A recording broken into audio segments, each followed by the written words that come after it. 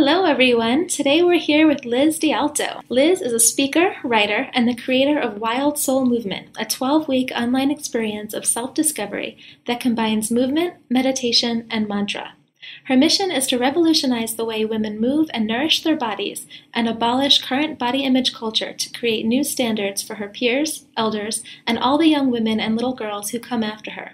She's known for her raw and honest approach to body love and self-acceptance. In 2013, Shape magazine listed her alongside Dr. Oz, Ellen, Jillian Michaels, Tim Ferriss, and more as a top 30 motivator. I reached out to Liz because I think she's amazing. Throughout the years, I've just seen her evolve herself and her business in major ways, and she's just always so real and transparent about where she is in life. She never tries to be anyone that she's not, and from my perspective, I just feel like she's just pours her heart and her soul into everything that she puts out in the world, and I know you're going to love her. Liz, thanks for being here. Thanks for the great intro. Awesome. So the intention behind A Better Life is to show people that if they have a choice, they can choose a better life. So in that spirit, I would love if you can just take a minute to brag and just share with us some of the things that you have going on in your life right now that you're most proud of. Oh, man. Well, number one would for sure be Wild Soul Movement. I worked for years kind of just throwing things up against the wall to see what would stick, and nothing was feeling like my life's work. And around 9 months ago, maybe a little more, like September of 2013, I went through a breakup. Like I decided I was just going to burn down my whole business and start from scratch. And I found the thing. And so I'm proud of the creative process. I went all in. Like I spent so much money. It was terrifying. I hired a creative director, like a real legit graphic designer, instead of, what I used to do, which was just like outsourcing everything and trying to spend as little money as possible. I really decided for the first time ever to do whatever it takes. And it really paid off. I mean, not only is the website beautiful, but I'm so proud of the program. And I know you're in it. So I know you see, I don't know if you're in the Facebook group at all, but just like every single day to see these women like expanding, questioning, going into themselves, being supported, supporting each other. It's just super beautiful. So that is definitely the thing I'm most proud of right now. I definitely don't blame you for being proud of it because I am in it and I'm in the Facebook group and I haven't been posting a ton, but it's amazing to see the evolution of these women in there and just the questions that you ask. And I just love how you created the whole program. It's like, I remember when I was going through the first one, you're like, all you need to do is get through this first one because I know you're going to be hooked after that. You're going to love it. And it's totally true. Like I was going through it and I was sweating and normally I'm like, ugh. But but I'll do it anyway. But I'll just like kind of force myself. But with this, it was just like it felt expanded. It felt really nice. Yeah, and so like you touched on, you didn't just wake up with all these amazing accomplishments. It was definitely something that you worked for, and I know you've just consistently evolved and re-evolved and just worked really hard. So when you think back to where it used to be with your business, do you have any kind of particularly notable time that you can think of where you felt like things just weren't going the way you wanted or you felt trapped, and just kind of how you felt in that period and what was going on for you? Yeah. So in 2011, I did Marie Forleo's Mastermind, which was an amazing, amazing experience for so many reasons, above and beyond what I learned about marketing and creating an online business, the relationships, the connections, just so much great stuff. And when the Mastermind wrapped up, I had just launched my first info product, and I was still doing strictly like health and fitness then, and it was called Tighter in 10 Days. And I've always been the type of person that doesn't want to just give people health and fitness. I want to encourage you to feel good on the inside as well. So I considered Tighter in 10 Days kind of like a Trojan horse. Like I'm going to sell you what you want, but I'm also going to bake in some self-love, some body love in there too. And I did. And so I felt good about that. But over time, as I deepened my own practices and started studying more and exploring more of my own spirituality, the subtle body, energy work, and things like that, I started to become really uncomfortable with what I was selling and teaching. For part of that, I was still a personal trainer. And I was taking a lot of money from people to come in every week and work out when what they really needed to be doing was working in. Like, I was just seeing in my own life and in my clients' lives how we reach outside of ourselves all the time for the solutions when really what we need, it's like internal, these shifts, these things that we need to let go of. We need to forgive all the stuff. There was actually a period of a solid, I want to say almost 2 years, when I just, the idea even of tighter in 10 days, even though from a marketing standpoint, it's a great name for a product, even just using the word tighter, when in my own life, I was all about expansion, just felt really conflicting to me.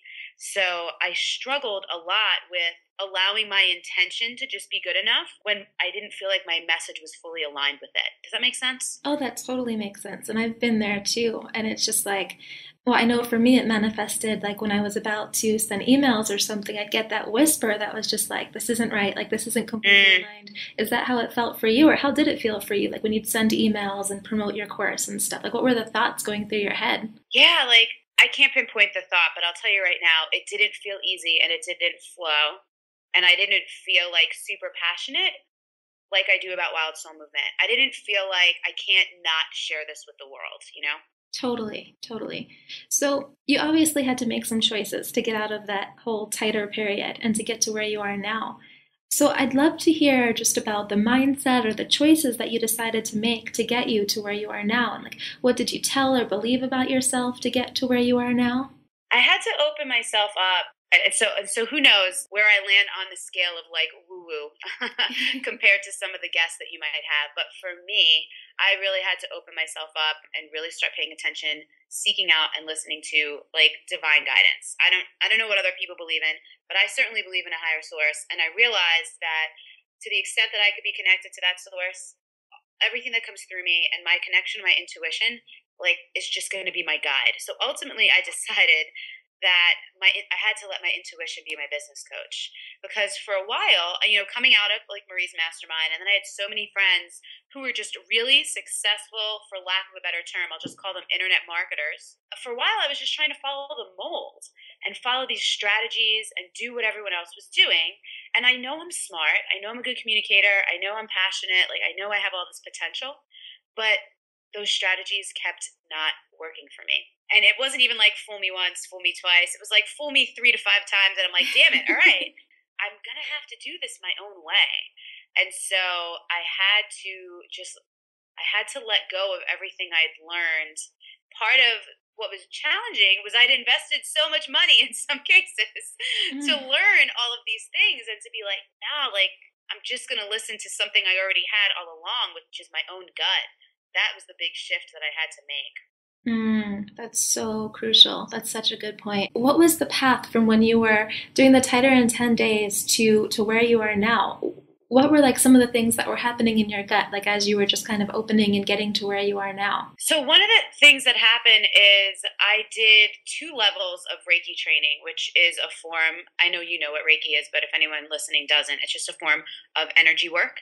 I decided I really wanted to start talking about it openly, not just letting it be something I do myself, but just adding that as a complement to what I was already teaching.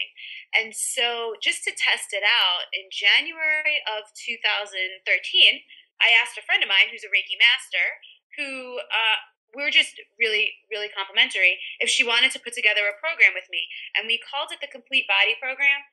And the whole idea was everything but fitness and Mm. nutrition. So we talked about the subtle body. We taught about the chakras. We gave exercises for forgiveness and letting go and reprogramming and identifying limiting beliefs and establishing new ones. And we ran it twice last year. So that kind of bridged the gap for me when I got to actually test out my chops as a teacher of that material. And of course, as soon as you decide to teach something, things in your life are going to happen to call you to deepen your own practices. It's like the universe says, "Oh, you think you're going to teach this? You better be on your A game, girl," and throw some shit at you that you're going to have to deal with. So that kind of helped me test the waters, and I also learned a really valuable lesson, that part of why I wanted to partner with someone on that is because I was lonely. I am a huge extrovert, and I was spending all my time behind a computer. I had Mm. quit personal training. I wasn't doing live workshops or anything, and I love being with and in front of people, just connecting with other humans, and doing everything digitally was literally draining me, but it took me a while to realize that that's what was draining me. So it was an opportunity so the way we structured that was like live webinar boot camps. We had a Facebook group, so it just a lot more interaction with people was baked into that, which was helpful for me in terms of navigating how I wanted to do things and what felt good to me, and also taking that dive into teaching that kind of material and seeing the results and the impacts we were able to have. So that kind of bridged the gap for me and helped me to realize those two things. Number one, I don't want to work with a partner. And number two, this is the path I want to go on. So that really helped. Awesome. So, because this podcast is all about just people, like when they come against things that aren't necessarily the easiest, but then knowing that they have a choice to be able to overcome them, I'd love to hear, like, you said that sometimes like things were coming up for you to prove that you really wanted it and what you wanted to teach and stuff. Like, would you be open to just going over one of the things that happened and how you were able to get through it? So I found myself in this position where, again, I was like smack dab in the middle of not knowing what the hell I wanted to do in my business. And luckily, I did really well promoting B School as an affiliate for Marie Forleo. So I made a big chunk of cash that allowed me to just not really have to work last summer.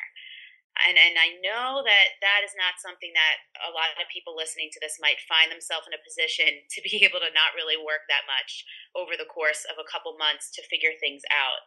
So I acknowledge that. But, that was my blessing at the time, so that's what I did. And while that was all happening, I was really just discovering I had moved across the country to be with a guy I was dating. And it ended up just not being what I thought it was going to be. It was interesting because you think, oh, you're in a relationship, you're not lonely. I was more lonely during parts of that relationship than I'd ever been at any point when I was on my own. Mm-hmm. So that was really interesting to discover and navigate. We were just such great friends. We had a great friendship before we started dating, and we had so much fun together, and it naturally evolved into a romantic relationship. But as it devolved from there, and we were able to break up in like the most loving and beautiful way. And it's months later now, we're actually both with new people and able to like catch up and like maintain our friendship. But that whole experience was tough because I was in this town in Southern California where I didn't know anyone but him and his family. And I felt super isolated. And being someone who, I've always lived on the East Coast. I lived in New York City. I had so many friends there and my people, and I could go out and do things, and like that was my hood, to being in this place all by myself, not having any of my own kind of outlets and activities was tough. But what was great is I couldn't run. Mm. You know that saying when people say you take yourself with you wherever you go? So I was really forced to just be with myself, and as painful and hard and arduous as it was at times, it's definitely one of the most amazing things. I wouldn't change it. Even the times when I was literally like in the fetal position on the floor of my apartment crying, I would keep that too. Because one of the things that I allowed myself to do during that whole process and experience where everything was crumbling personally and professionally for me, it was the first time I ever gave myself permission to just feel all my feelings. Not have to be tough, not have to pretend it wasn't happening, just like own it. Mm-hmm. My friend Kate Northrup says you have to feel it to heal it, and I felt all that shit. Wow. And I became a much better processor of my feelings, emotions, and I think clearing all of that out really helped me to get to the place where I could be connected the way I needed to be to move into the next phase when I came out of that period. That makes so much sense, and especially with what you're offering now with the Wild Soul Movement. Yeah. There is so much release there, and you can tell like you are such a good role model for just feeling and not numbing out and stuff. So that's amazing, and I can hear like how hard it would be for someone as extroverted as you being in a place all by yourself and having to kind of start from scratch and not having not knowing what you're going to do business wise and just having kind of like everything around you kind of falling apart. Ugh. So I've been working since I was 14 years old. And at a certain point, you're like, God damn, like, how hard do I have to work to figure out what the hell I'm supposed to be doing in this world? Totally. I totally get it. Awesome. You say that you like definitely listening to your guidance is something that's really helpful for you. Do you meditate every day, or how does that work for you? How do you tap in? This is a great question. My communication comes to me through my body, not surprisingly. And so I do. I meditate at some point every single day, but my meditation probably doesn't look like what a lot of people think of when they assume meditation. It's very rare that I'm like sitting in silence just meditating. I might do that for like 5 minutes, but I'm more likely to turn on maybe some music. I really meditate through my senses. So feeling, seeing, touching. I love being in nature. To be honest, like sometimes all I might do in a day is walk outside and put my feet in the grass. And that was my meditation for the day because I felt like I tapped in because to me that's source energy too, you know? Sometimes it comes in the form of movement. It comes in the form I pray a lot. I really enjoy prayer. I really enjoy working with, you know, archangels and different at different points in time, different, you know, whatever you want to call them, deities, ascended masters. You know, some people might be tuning out as I'm talking about these things, and that's cool if it's not for you. But that's what really works for me, and that's what really helps me feel connected. Because what I realized during those moments when I was alone last year is that really I'm never alone. I might be surrounded by all these forces that I can't actually see, technically hear, or touch, but they're there. And I get to go on the hunt for all the magic and the little signs that they're dropping around for me all the time and just trust that however I choose to interpret it is what I need in that moment. Yeah, I agree. And I mean, like, one of the things that I live by is just that everything happens for your highest good. And, Yes. and even if it's not true, which I mean, I strongly believe it's true, but kind of like along the lines of what you're thinking, even or saying, even if it's not true, it's certainly not a bad thought to have, right? No. It's only going to empower you. Exactly. So I just wanted to say that for the people that might be tuning out, you can totally take this to a level that you feel comfortable with, but just having any kind of empowering frame to view the world in is only going to support you. And what's cool about that too, as a human, it just allows you to fully accept other people's beliefs as well and be like, cool, if that's what you dig and it makes you feel good and you feel like you have purpose and passion when you tap into that, please do. I do not need to agree with it. Totally, totally. So are there other action steps or anything that you do to just constantly be making your life as full of ease as possible? Yeah, I invite in ease. I set that intention and I live by my core desired feelings. So are you familiar with Danielle Laporte's desire? You are. You commented on my post in there, right? I am, but I'd love to hear your interpretation for people listening. Ah, this is amazing. Danielle Laporte's desire map is this framework where she helps you identify your core desired feelings. And again, might not be for everyone, but for me, I do great that way because what she says is when you commit to feeling the way you want to feel, you become less attached to the form that things show up in. And for us as humans, so much of our suffering comes from our attachment to people, places, things, and outcomes. So in the fall, when I started working on Wild Soul Movement and creating it, my core desired feelings were connected, free, wildly feminine, and ease. And you can see it. It's all over Wild Soul Movement. That's what it's all about. I've since evolved a little into connected, turned on, wildly feminine, and generous. The reason why is because free and ease just became so natural all the time, part of my life. I didn't feel the need to be in pursuit of them all the time, if that makes sense. Absolutely. So what I love about that is, you know, some people might be familiar with the law of attraction. Technically, the desire map is law of attraction. Just the framework of it is something that people can connect to in a way more practical way than sometimes things like The Secret or maybe things like Abraham Hicks where people are like, I'm not into that shit.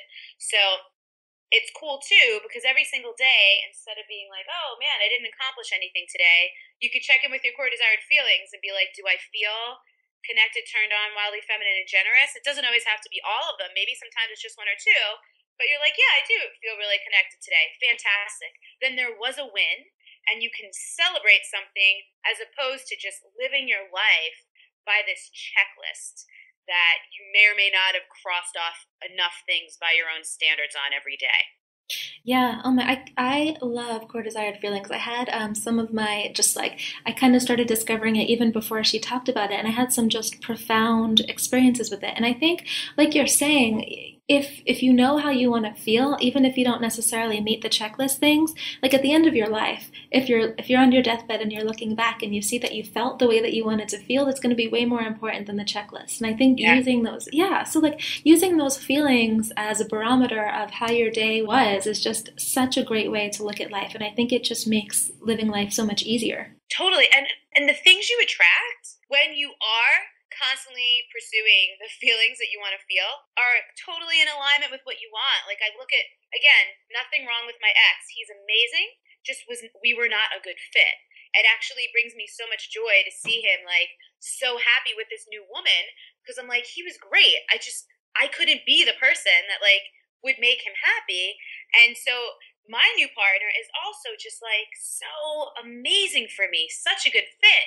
And it's so cool because it's kind of like the belief thing. It also gives you permission to be like, you know what? Some people, places, things, whatever, are just not my vibe. And that doesn't mean there's anything wrong with them. I'm not judging them or that thing.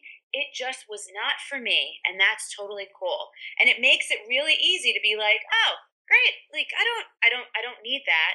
And I can also drop shoulds and expectations because if things aren't lined up with my core desired feelings, then they're just not for me. Yeah, I absolutely love that. It's such a good way, like if anyone's in a relationship or anything where they're just not sure if they don't have clarity, if it's the right thing for them to be or not, it's just such a good checkpoint to be able to match up again. Like you're saying, like, am I feeling the way that I want to be feeling? Yes or no? And then it's an easy decision. Yeah, and it's cool too because I picked a word for 2014.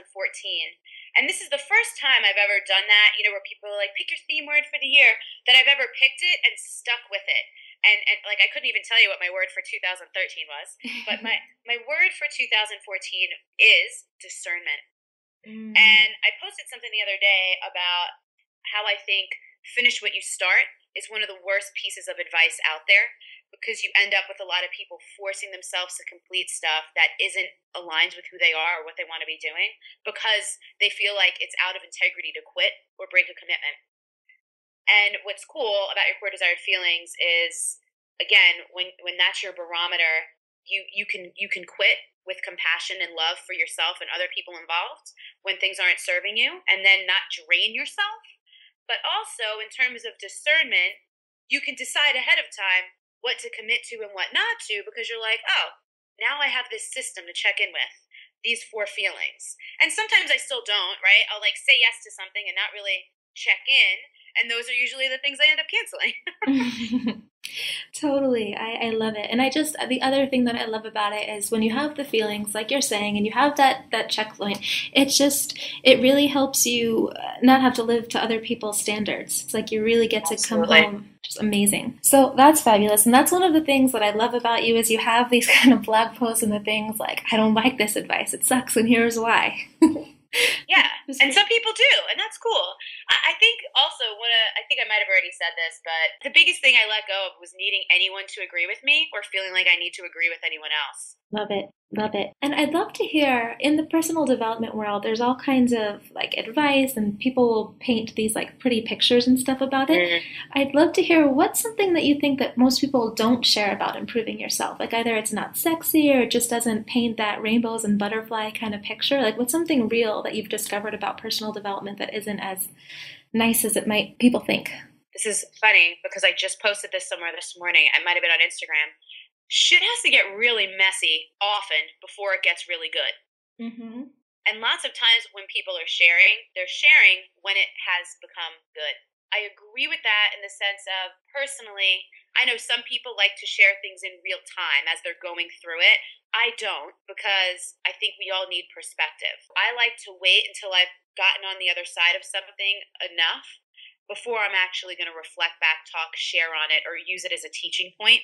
That's just my preference. However, I love to share the journey and where I was, kind of like a lot of this conversation. I think it's really important. You've seen these quotes everywhere, like, don't compare your current to someone else's highlight reel, but we do this. I think there is some science to that's how the human brain works. Like, we like to compare things. We're very relational in our minds. This relates to that. And so I even remember someone in the past saying to me, you should be the Marie Forleo of fitness. And me being like, well, first of all, I'll just be the Liz DiAlto of whatever I decide to do. But second of all, I would sometimes compare myself to Marie Forleo because our personalities are very similar. That's why I was drawn to her as my coach. But, Marie has been busting her ass for over a decade. So it was completely unreasonable for me at year 2 in my business to be comparing myself to her in year like 8, 9, or 10. So I don't think people put enough emphasis on, like, the journey is can be really messy, but also the concept of ebb and flow. Even the people that, I wrote a blog post several months ago about when we put people on pedestals, it keeps us below them. In order for, like, our favorite writers, speakers, the gurus we learn from, to keep them, for them to be the guru, it means we still have to be the student. So that was part of my process too, taking all, even Marie Forleo, Danielle Laporte, taking these people off the pedestals and actually owning that I could be a peer and I needed to behave as such and write as such and share and create as such. Even those people, even if they don't always talk about it all the time, and interestingly enough, Danielle Laporte, right before I hopped on this, had just posted this blog post about, like, going through the fire. It's ebb and flow. Even the most successful, most amazing, the happiest people you meet, they go through the shit storm too. They just might not always talk about it. Like, it's ebb and flow for a reason. It just, no one is in constant flow. It's just not how it works. I think that is such good advice. As you were talking, I was just nodding and nodding and nodding. It's not video, but yeah, like preach it. Awesome. Yeah, thank you. And in that flow, like I just want to be real with our listeners. And so we never stop evolving. What's something currently that you're working through in your life right now, and how are you getting through it? This is a great question. I have a really challenging relationship with someone in my family who I'm really close with. We completely don't see eye to eye. And so, one of the challenges when you choose, for, again, lack of a better term, I'm just going to call it, to live a conscious, awake lifestyle and go inward and examine yourself and grow personally, no matter what that looks like for you. Some of the closest people in your life are just not going to evolve with you, which is going to make communication with them tough. And this is going to be your biggest call. It's been my biggest call to stay in the place of love and compassion, for accepting and loving people exactly as they are, for who they are. I mentioned earlier, coming to a place where I don't need people to agree with me and I don't need to agree with them to have a great relationship or to love them. But there are some people where it's like, although I don't need you to agree with me, and we don't, I also just can't spend that much time with you, you know? And those are such hard choices to make. They come laden with guilt because so many of us are raised, like, with this idea of obligation and duty. And to shed those things is a big challenge. Mm, mm. And I like how you're saying that you're not making them wrong about it. You're just using your word, discernment. Yeah, yeah. That's wonderful. For people who are listening now, who might be inspired by you, maybe it's they're in a relationship that they're getting over a breakup, or they want to get more into their core purpose, or anything that you've said. You've said so many things that can inspire people.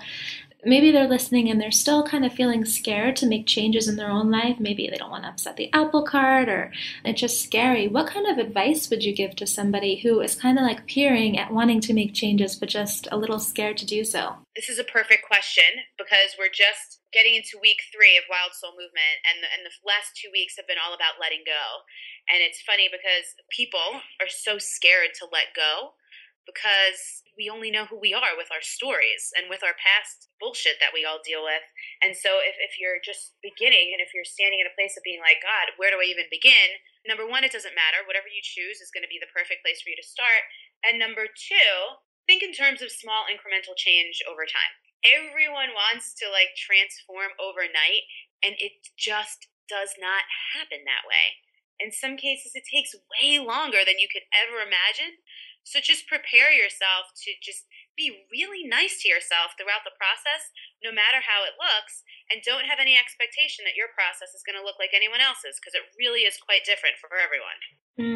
Perfect. And what would you say now to someone who's kind of feeling trapped by their circumstances right now? That's a really good question. It's tough to say this, so even though you don't know me, I wrap it in like a big hug. You created that yourself. Somehow you wanted that. And so if you can find the gifts in that situation, that's how it can serve you. That's how you can find a way to appreciate even being trapped, even feeling like absolute crap, like there's nothing you can do. Like, there is always something you could do. There's something there. Like, you're there right now because there's something you need to learn to get yourself the hell out of there. you know? Absolutely. Yeah. And we're both saying that we both kind of live by that everything happens for your highest good. And that sounds like it's kind of correlating exactly to what you're saying. It's Mm-hmm. just, there's definitely something there for you. I love it. Yeah, and so one way I frame that sometimes is this. We can look at whatever's going on in our life like a victim and be like, oh, why is this happening to me? Or we can get curious and kind of be like a little kid with childlike wonder instead, like, ooh, why is this happening to me? I do that all the time, like, especially when shitty stuff happens. I could either get pissed off, upset, resentful, which sometimes I do, and then I let that pass through me, and then I'm able to be curious and be like, all right, cool. And I become a detective in my own life circumstances of like, damn, how did I call this in? Why is this happening? How do I move out of here? Mm. And as an extrovert, I'm curious, like, do you talk to other people a lot about what's going on for you, or do you still just kind of like do a lot of kind of just follow your guidance and clear it out internally? So what's cool about the introvert extrovert conversation, I'm a huge fan of the Myers-Briggs system. And so even though my first function in Myers-Briggs speak is extroverted feeler, my second function is introverted intuition. So it is in, even though I might be loud, outgoing, you could drop me in a room of strangers and I can have friends by the time I leave, I go inward a lot. I need a lot of time to myself.